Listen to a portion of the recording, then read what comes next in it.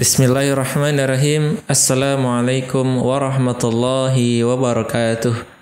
Segala puji hanya milik Allah Rabbus Semesta Alam yang telah memberikan kepada kita karunia nikmat yang begitu besar. Salawat serta salam semoga tetap tercurahkan pada Nabi Muhammad SAW yang telah membawa umatnya dari jalan kejahiliahan menuju zaman yang terang benderang, yakni dinul Islam.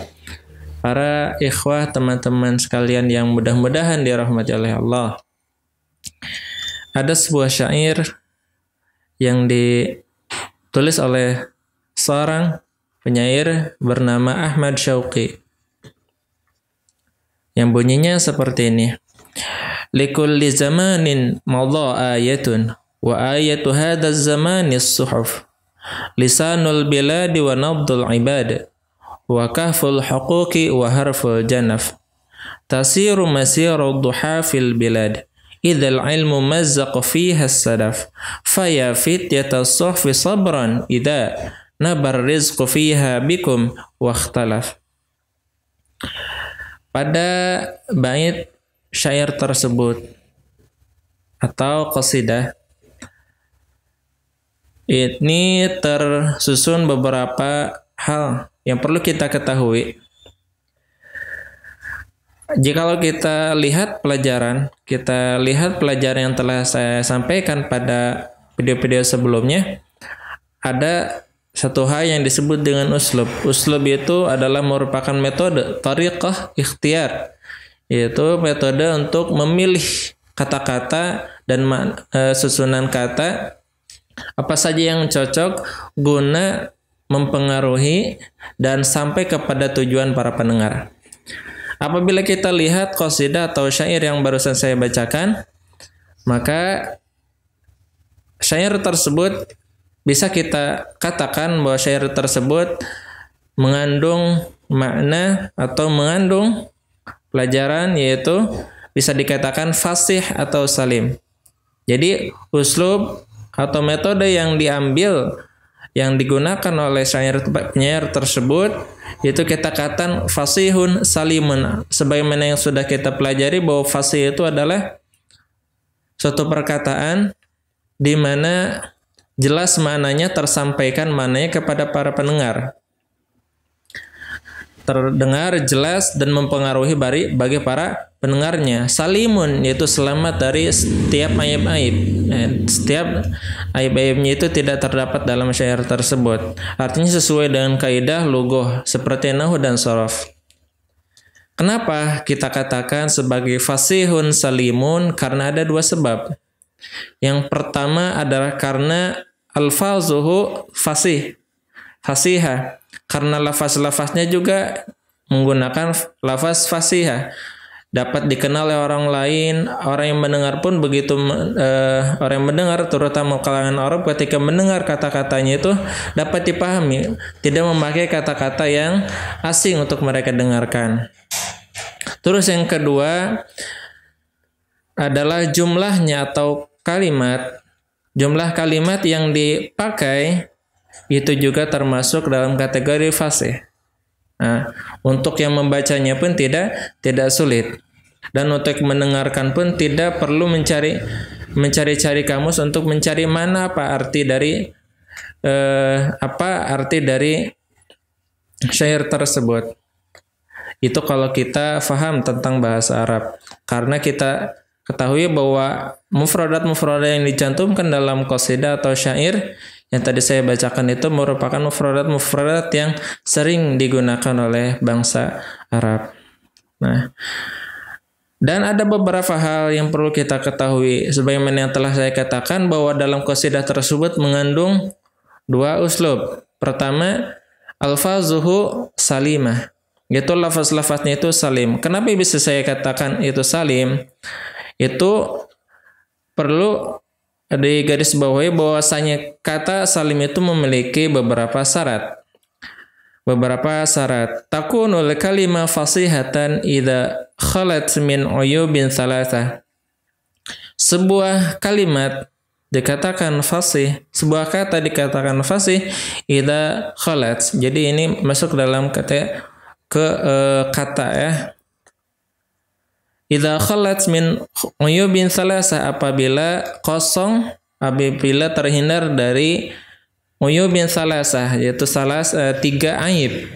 Yang pertama adalah tanafurul huruf. Apa itu tanafurul huruf? Tanafurul huruf yaitu sukar untuk diucapkan. Jadi kata tersebut itu susah untuk diucapkan. Nah, jadi salah satu di antara syarat supaya kalimat itu dikatakan fasih adalah satu di antaranya antakunal kalimah saqilatan alal lisan, yaitu tanafurul huruf. Apa itu? Yaitu kalimat atau suatu kata yang saqilatan alal lisan, yang apabila diucapkan oleh lisan kita, oleh lidah kita, berasa sulit. Contohnya apa? Contohnya tanafurul huruf, yaitu taraktuha tar'al khu. Ya, sekali lagi saya katakan taraktuha tar'al khu. Nah, jikalau kita dengar pun agak sulit untuk kita ucapkan pula, agak sulit di lisan. Begitupun ketika pas didengarkan, jikalau kita dengarkan yang baik-baik mungkin agar mudah, akan tetapi jikalau kita ucapkan secara cepat mungkin orang yang mendengarkan agak pusing gitu untuk mendengarkan. Nah, hal tersebut harus bisa dihindari. Ya, harus kita cari sebuah kata yang jauh dari kata sulit untuk diucapkan atau tanafurul huruf. Jadi jangan ada tanafurul hurufnya, yaitu suatu kata yang apabila diucapkan itu sangat berat. Taraktuha tar'al khu. Itu contoh tanafurul huruf. Lalu yang kedua, aib yang kedua adalah al-gharabah. Apa itu al-gharabah? Antakunal kalimah gharibatan aw ghairu musta'milah. Itu suatu kata gharibatan yang dia itu sifatnya itu asing. Ketika orang mendengar, apa maksud dia? Ya, dengar ilmiah, tapi jarang dipakai sama orang, langka gitu kan. Makanya hal tersebut itu merupakan suatu aib di dalam sebuah kata. Ataupun ghairu musta'milah, jarang dipakai. Hal tersebut pun itu merupakan aib. Ya, sebagaimana yang baru contohnya, misaluhu ma lakum taka'akatum alayya katakakuikum ala di jinnatin ifranqi'um. Nah, ketika pas kita baca, kita dengarkan, untuk pengucapan kata-kata tersebut itu sangat sulit. Contoh seperti yang saya katakan ma lakum taka'akatum. Kalau di dalam bahasa Indonesia ini masuk dalam kategori terbata-bata gitu ya. Seakan-akan kita membaca suatu kata dengan terbata-bata. Ma lakum taka'akatum alayya katakakuikum ala di jinnatin ifranqi'u. Lalu kalimat ifranqi'u pun sangat sulit atau terasa asing gitu kan untuk digunakan. Padahal ada suatu kata yang lebih simpel dan lebih sering didengar oleh orang lain. Harusnya seperti ini. Ma lakum ijtama'tum alayya kajtima'ikum alal majuni atau ala di jinnatin insarifu.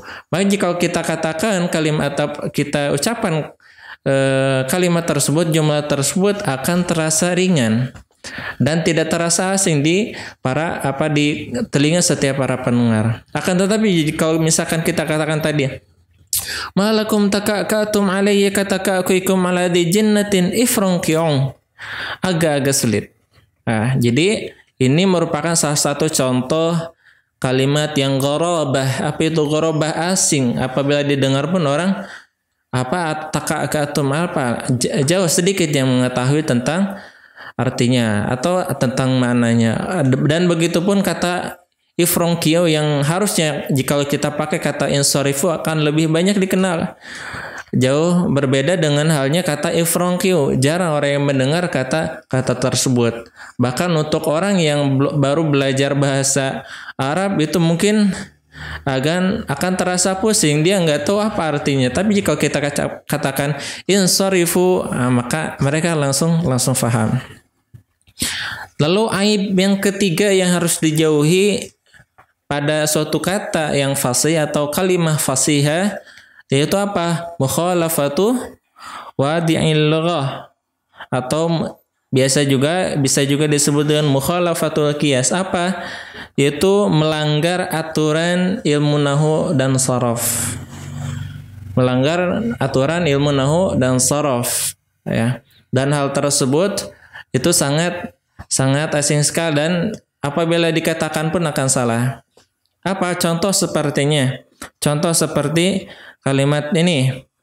Mali fi sudurihim min maudadah. Min maudadah. Jika kita dengar seakan-akan tidak ada yang salah. Jika kita perhatikan lebih lagi, maka kita akan temukan satu kesalahan apa pada kata min maudadah. Padahal yang seharusnya kita baca mawaddah itu yang benar, ini dibaca maudadah. Yaitu disebut tadi mukhalafatul qiyas atau mukhalafatu wadi'il lughah, melanggar aturan bahasa. Maka salah satu di antara syarat yang perlu kita jauhi agar suatu kata atau kalimat itu fasihah, dikatakan fasih, itu tadi kita harus menjauhi 3 aib tersebut. Yang pertama adalah tanafurul huruf, yaitu huruf-hurufnya sukar untuk diucapkan. Contoh seperti kata taraktuha tar'al hu. Ya, kata tersebut sangat sulit, ya, sukar. Huruf-huruf tersebut sulit untuk diucapkan. Terus yang kedua al-gharabah, itu asing, suatu kata yang asing didengarkan oleh orang lain. Contoh seperti malakum taka'tum alayya kataka'ikum ala di jinnatin ifranqium. Taka'tum kataka'ikum ifranqium. Itu 3 kata yang asing dan jarang didengar oleh orang Arab sekalipun atau orang-orang yang ahli fasahah. Terus yang ketiga apa? Mukhalafatul qiyas atau mukhalafatu wadi'il lughah, keluar dari aturan bahasa. Contoh maudadah yang harusnya dibaca mawaddah yang artinya cinta, ini mah dibaca maudadah. Padahal secara kaidah ketika ada 2 huruf yang sama, maka itu harus diidghamkan. Jadi mawaddah bukan maudadah. Terus untuk pelajaran selanjutnya, seperti yang saya katakan bahwa syair yang tadi pun mengandung jumlah fasihah, bukan hanya kalimat fasihah, tapi juga mengandung jumlah fasihah, atau sering juga didengar dengan kata al-kalamul fasih. Kalam fasih. Itu ada beberapa syarat ketika suatu jumlah atau suatu kalimat itu dikatakan kalam fasih atau jumlah fasihah. Takunu jumlah fasihatan idza khalat min uyubin arba'ah. Suatu jumlah atau suatu kalimat perkataan bisa dikatakan jumlah fasihah atau kalam fasih idza khalat min uyubin arba'ah, apabila terhindar dari 4 aib hal ini. Yang pertama adalah tanafurul kalimat, yaitu kata-katanya seperti yang tadi. Kalau tadi tanafurul huruf, kata-katanya sukar untuk huruf-hurufnya sukar untuk diucapkan. Kalau tanafurul kalimat, yaitu kata-katanya sukar.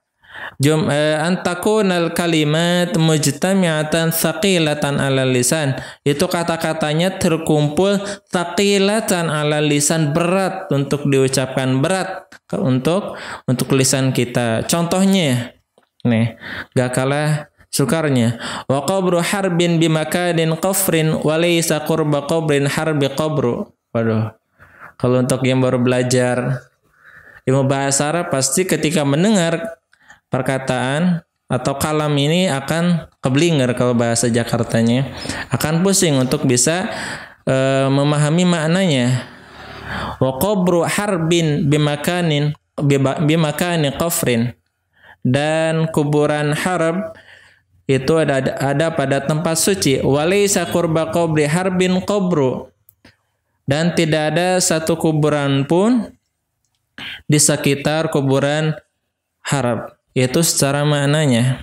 Nah, tapi karena tadi kalau kata-kata yang susah untuk diucapkan, maka itu merupakan suatu aib yang harus dijauhi di dalam sebuah jumlah fasihah atau kalam fasih. Yang kedua adalah dha'fut ta'lif. Dha'fut ta'lif yaitu antakuna jumlah mukhalifatan liqawaidin nahwi. Ya, suatu jumlah atau suatu kalimat perkataan mukhalifatan yang dia melanggar qawaidin nahwi, itu kaidah-kaidah ilmu nahwu. Contohnya ma ra'aituhu illaka. Ma ra'aituhu illaka.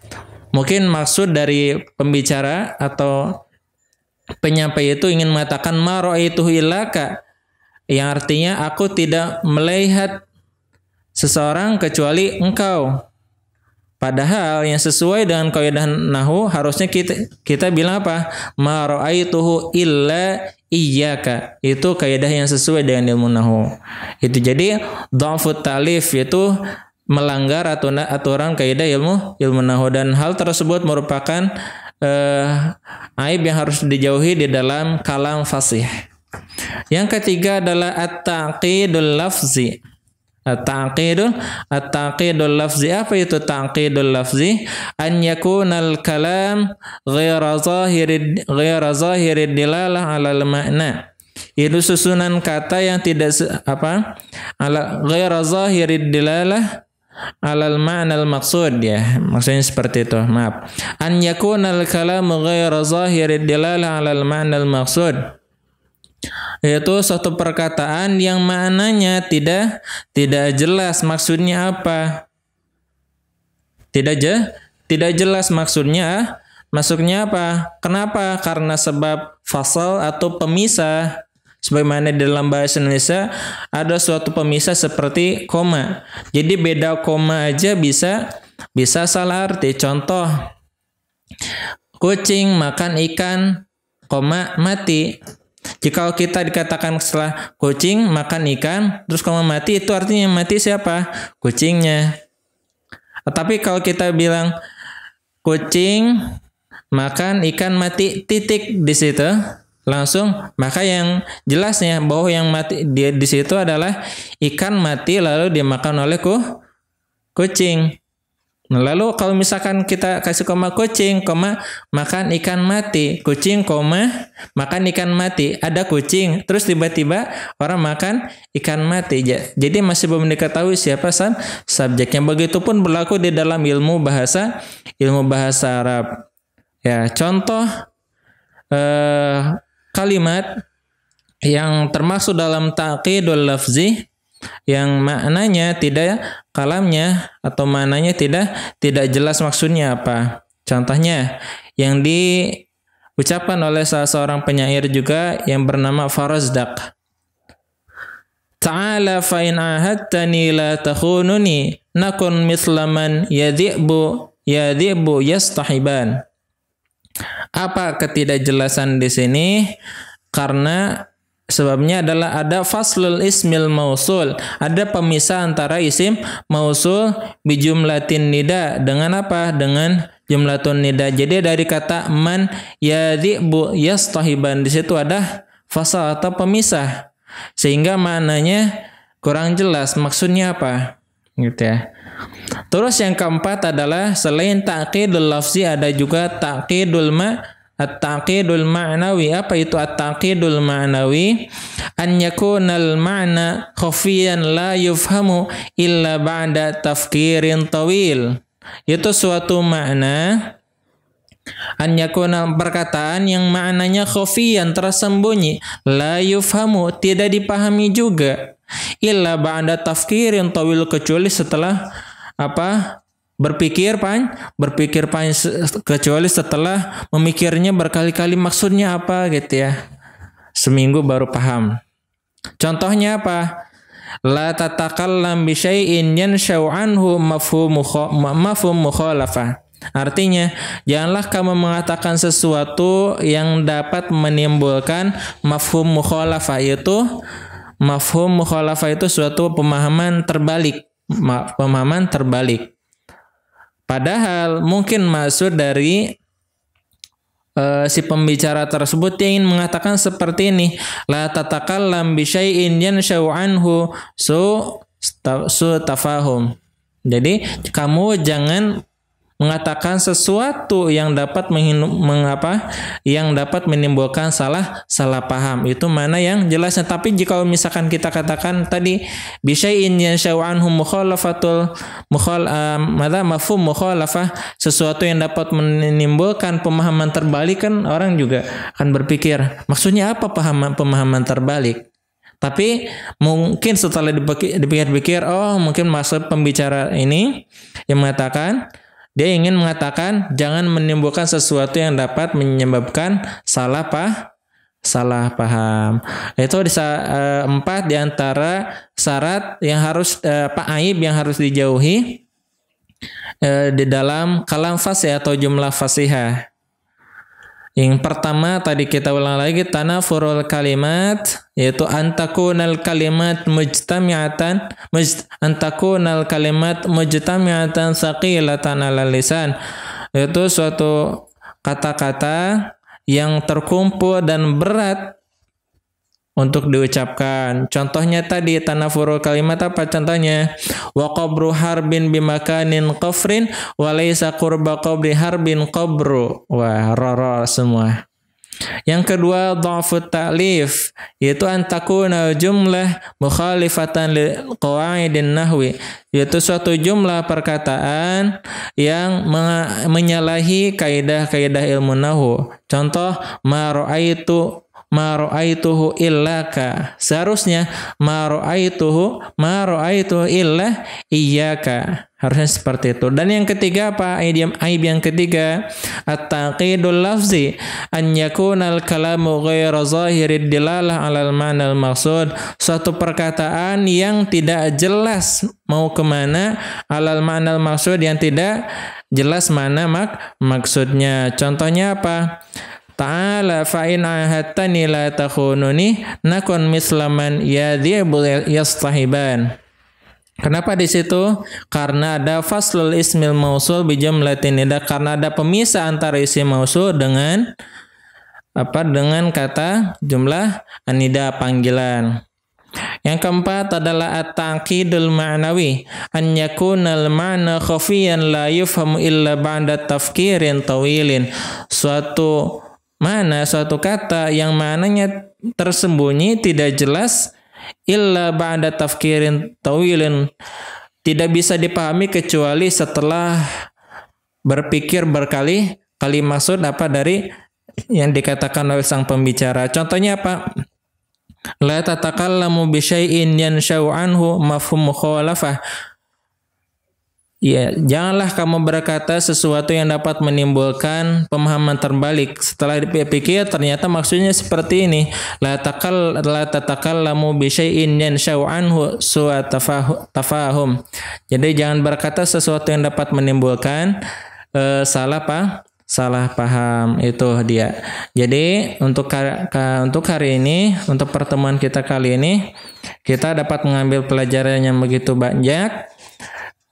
Bagaimana tadi qasidah atau syair yang dibacakan, yang dikarang oleh Ahmad Syauqi, itu memiliki nilai kalimah fasihah dan jumlah fasihah atau kalam fasih. Dan mudah-mudahan kita semua dapat mengambil pelajaran yang berharga dari syair tersebut.